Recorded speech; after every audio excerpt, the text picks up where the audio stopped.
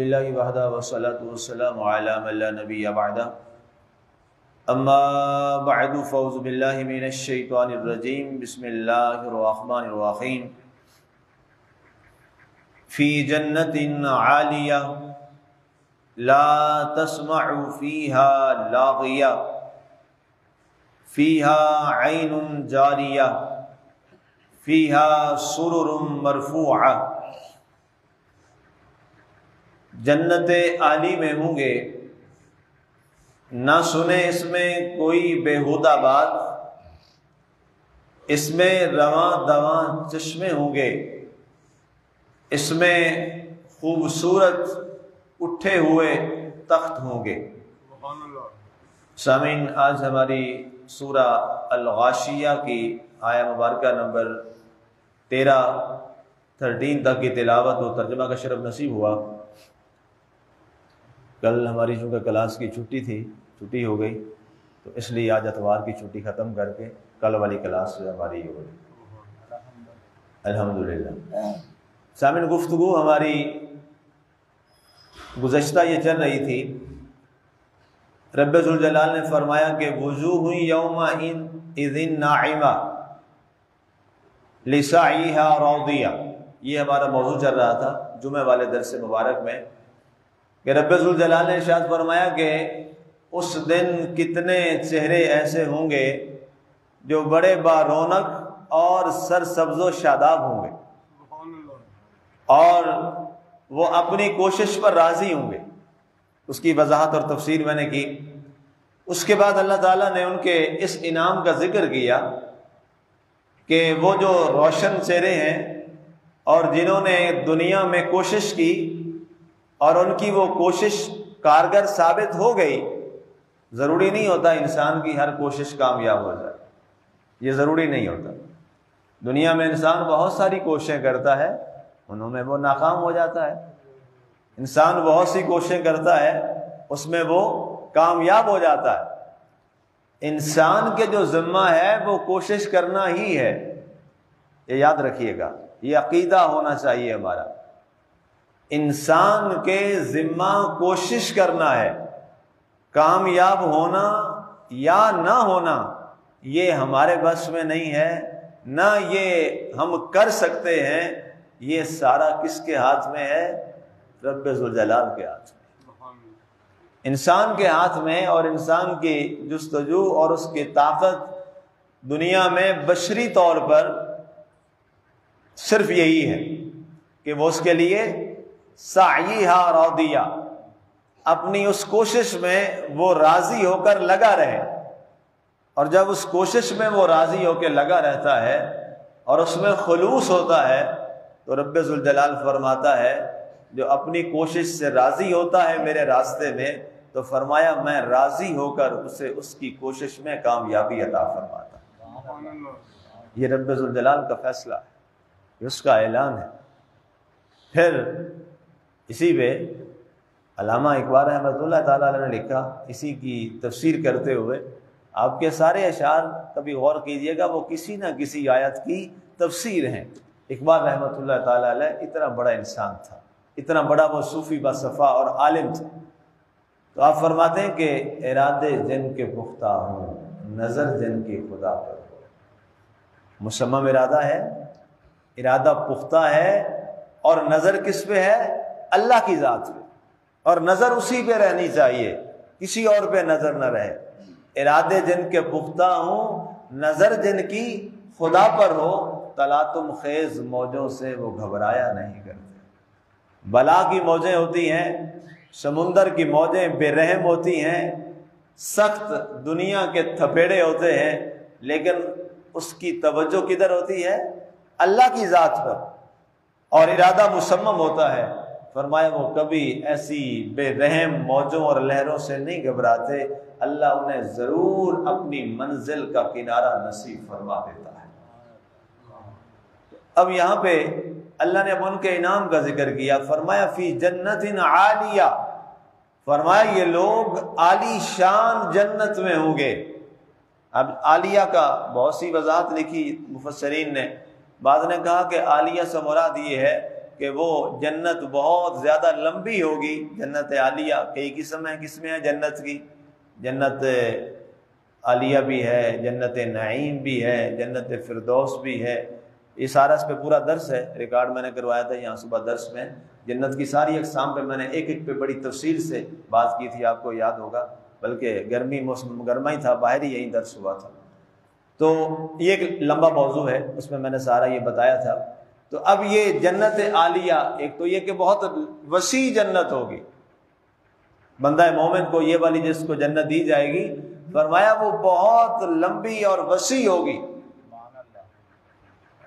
بہت جیسے کسی کا ایک بڑا لمبا وسیع بنگلہ ہوتا ہے جو اپنی وسعت میں بہت زیادہ ہوتا ہے، تو اللہ نے فرمایا یہ جنت وہ ہوگی جو عالیہ ہوگی، جس کی وسعت بہت زیادہ ہوگی۔ دوسرا اس کا حضرت عبداللہ ابن عباس رضی اللہ تعالیٰ عنہ صحابی رسول مفسر صحابی ہیں، آپ فرماتے ہیں جنت عالیہ سے مراد یہ ہے کہ یہ جنت جو ہے اپنے درجے میں بڑی شان والی ہوگی، جیسے کہتے ہیں نا وہ شخص بڑا عالی شان ہے،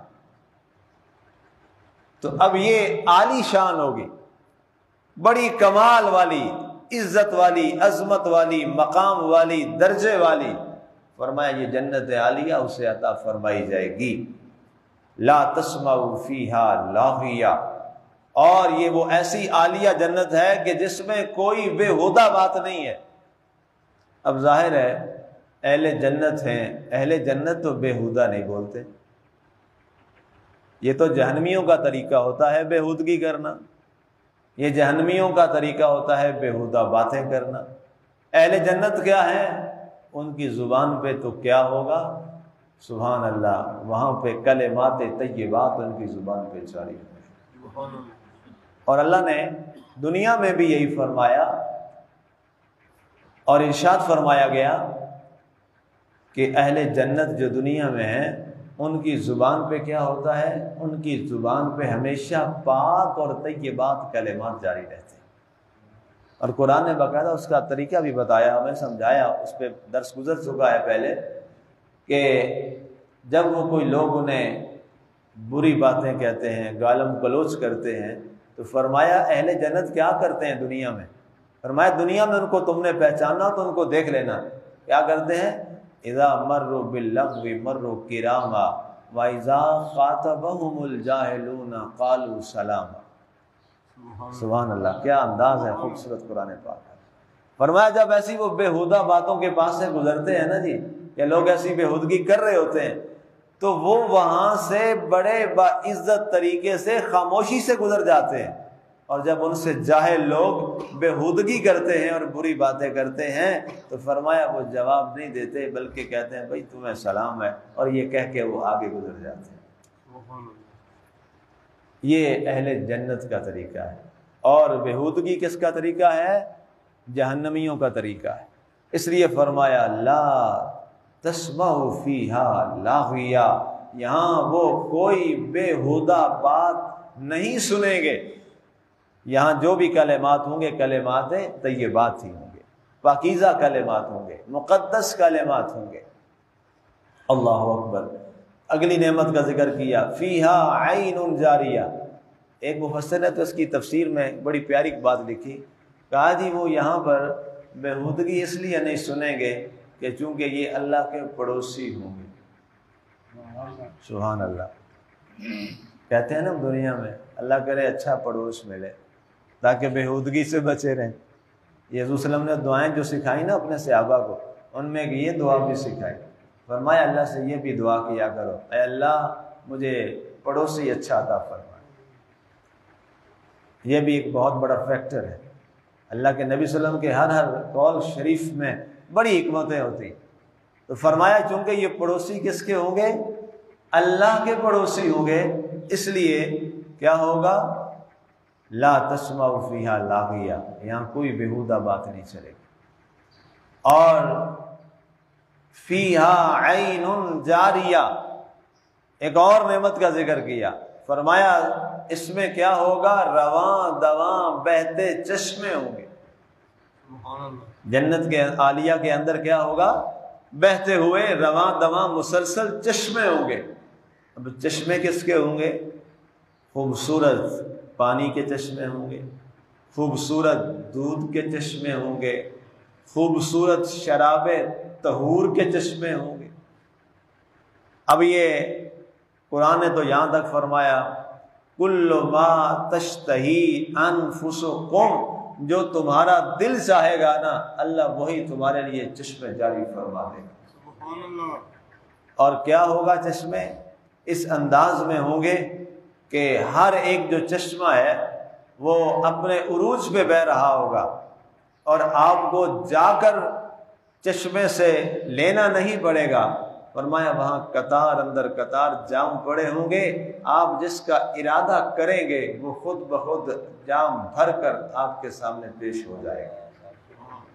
یہ پروٹوکول ہے، یہ شان ہے، یہ عزت ہے، یہ ناموس ہے، یہ مقام ہے ان لوگوں کا جنہوں نے دنیا میں اللہ کے لیے اپنی زندگی گزار دی تھی، اللہ کی رضا جوئی کے لیے گزار دی تھی، رسول اللہ صلی اللہ علیہ وسلم کی اتباع میں گزار دی تھی، اطاعت رسول میں گزار دی تھی۔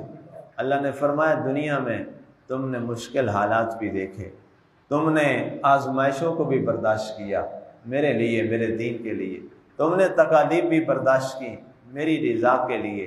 فرمایا آج آؤ اس کا تمہیں صلہ یہ دے رہا ہوں کہ دنیا میں جس پروٹوکول کو دنیا ترستی تھی، کوئی ایسا بادشاہ تو دنیا میں نہیں ہے کہ جو وہ حکم کرے اور وہ چاہے اور وہ والا جام خود بخود چل کے اس کے پاس آ جائے۔ فرمایا نوکر لے کے آتا ہے، ملازم لے کے آتا ہے، کسی کو کہنا پڑتا ہے، وہ جاتا ہے پھر لے کے آتا ہے۔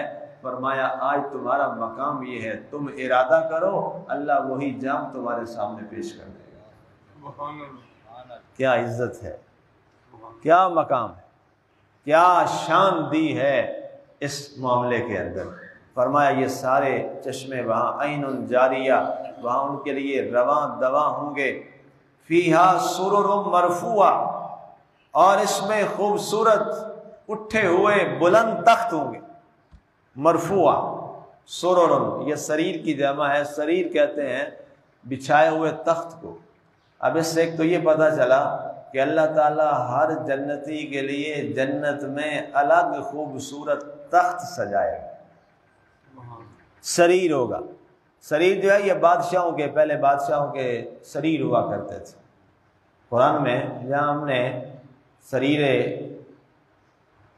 سلیمان کی بات کی تھی تو وہاں پر ملکہ بلقیس کے سریر کا بھی اللہ نے ذکر کیا، اور بادشاہوں کی عزت اور شان کے لیے تخت بچھائے جاتے تھے، سریر اسے کہتے تھے، جس پر ہیرے جواہرات اور خوبصورت سونا چاندی اور زمرد یہ لگایا جاتا تھا۔ تو سلیمان علیہ السلام اللہ کے نبی تھے، ظاہر ہے ان کا مقام اور شان تھا۔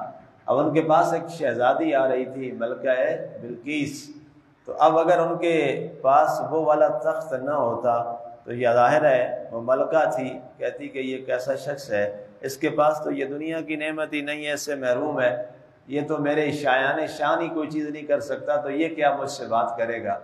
تو اب اللہ تعالیٰ نے اس ڈیکرم کو پورا کرنے کے لیے فرمایا کوئی نہیں، اسی کا جو تخت ہے وہی منگوا لیتے ہیں اس کے پاس۔ اب سلیمان علیہ السلام اللہ کے نبی ہیں، اب دیکھیے اللہ کے نبی کی طاقت کا اندازہ لگائیے۔ لوگ بیچارے ہمارے نبی صلی اللہ علیہ وسلم کی طاقت کا اندازہ کرتے ہوئے کتابوں میں یہ لکھ گئے کہ نبی کیا کر سکتا ہے، وہ تو ہماری طرح کا بشر ہے۔ قرآن پڑھ لیا ہوتا تو یہ جملہ نہ لکھتے کہ یہ نبی تو اس کا تو معاملہ ہی اور ہے، شان میں معاملات میں۔ آپ سلیمان علیہ السلام کو دیکھ لیجئے جو ہمارے نبی کے مقتدی ہیں، ہاں جی، ہمارے نبی صلی اللہ علیہ وسلم کے مقتدی ہیں، ان کا مقام یہ ہے۔ آپ نے فرمایا اتنے کوسوں میل سے ملکہ بلقیس کا تخت چاہیے، ہاں جی، میں نے اس میں بتایا تھا آپ کو 500 میل ہے، اب اندازہ کر لیجیے 500 میل کتنا سفر ہے۔ اب ایک جن کھڑا ہوا جس کا نام عفریت تھا، عفریت نے کہا کہ میں اس کے آنے سے پہلے لے آؤں گا۔ اے اللہ کے نبی آپ حکم فرمائے، ظاہر ہے جنات آپ کے امتی تھے، اور فرمایا نہیں یہ وقت زیادہ ہے، جلدی چاہیے، قرآن فرماتا ہے قال الذی عندہ علم من الکتاب انا آتیک بہ قبل ان یرتد الیک طرفک۔ وہ آصف بن برقیہ کھڑا ہوا اور کہنے لگا جس کے پاس کتاب کا علم تھا، اب علم کی فضیلت دیکھیے، جس کے پاس علم تھا وہ کھڑا ہوا آصف بن برقیہ اور کہنے لگا اے سلیمان علیہ السلام، اے میرے نبی، آپ ابھی یہ سارے آنکھ نہیں جھپکیں گے، پلک جھپکنے سے پہلے ملکہ بلقیس کا تخت آپ کے سامنے۔ سبحان اللہ۔ اب یہ نبی نہیں کر رہا، نبی کا ایک امتی کر رہا، اس کے پاس علم تھا، کتاب عالم تھا۔ آپ نے فرمایا منگواؤ، بس کیا تھا، ایسے آنکھ جھپکی، دیکھا تو بلقیس کا تخت سامنے پڑا ہوا تھا۔ اب جب ملکہ بلقیس آئی اور دیکھا تو ظاہر اس میں وہ شیشہ اس طرح کا تھا کہ لگتا تھا پانی ہے۔ قرآن نے باقاعدہ کیا کہ اس نے کہ ٹخنا جو ہے وہ ننگا ہو گیا، اس نے اپنے جو کپڑا تھا اوپر کیا کہ شاید پانی ہے۔ قرآن نے یہ پورا واقعہ بیان کیا وہاں پہ۔ تو اب سوچنے کی بات یہ ہے کہ یہ جو شریر ہے اس کی تاریخ بہت پرانی ہے۔ اب عزت، شان اور مقام میں یہ تخت رکھے جاتے تھے۔ اب اللہ نے فرمایا اے اہل جنت، اے مجھ سے وفا کرنے والوں، اگر تمہارے پاس دنیا میں تخت نہیں تھا تو کوئی بات نہیں، وہاں کے تخت تو اتنے قیمتی نہیں تھے، ہم تو جنت میں تمہیں ہیرے جواہرات کے تخت بنا کے دیتے، آؤ ان کے مزے لو۔ اب تختوں والے وہاں پہ بے تخت ہوں گے اور جو یہاں پہ بے تخت فقیر ہوتے تھے اب وہ صاحب تخت بن کے بیٹھے، وہاں صاحب تخت بن کے بیٹھے۔ اللہ اکبر، اللہ اکبر۔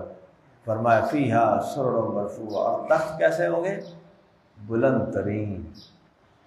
اب بادشاہوں کے تخت جتنے بلند ہوتے تھے کہتے تھے یہ اتنا بڑا بادشاہ، جتنا بڑا اسٹیج جیسے بناتے ہیں، اب وہ تخت بھی اسی لحاظ سے بلندی میں اللہ نے فرمایا ہم اتنا بلند تخت ان کا بنائیں گے کہ دنیا میں اتنا تخت کسی کا تھا ہی نہیں۔ اور پوچھا جائے گا یہ جو تختوں پہ بیٹھے ہیں یہ کون لوگ ہیں؟ آگے ابھی اس کی وضاحت اور آئے گی، اس پہ انشاءاللہ وہ کل بات کریں گے کہ اس تخت پہ کس شان سے بیٹھے ہیں، کس آن اور بان سے بیٹھے ہیں، اور کس انداز میں آج دولہا بن کے سج کے بیٹھے ہیں۔ فرمایا یہ وہی تو ہیں جنہوں نے دنیا میں میری محبت میں سب زندگی گزاری تھی، آج ان کی یہ شان اور مقام ہے۔ اللہ کی ذات ہمیں ان کا وارث بنائے، اور ظاہر ہے اس کے وارث بننے کے لیے جو تقاضے ہیں دنیا میں رہنے کے وہ بھی اللہ نے بتائے ہیں۔ اللہ ہمیں وہ تقاضے پورے کرنے کی توفیق عطا فرمائے، آمین۔ وما علینا الا البلاغ۔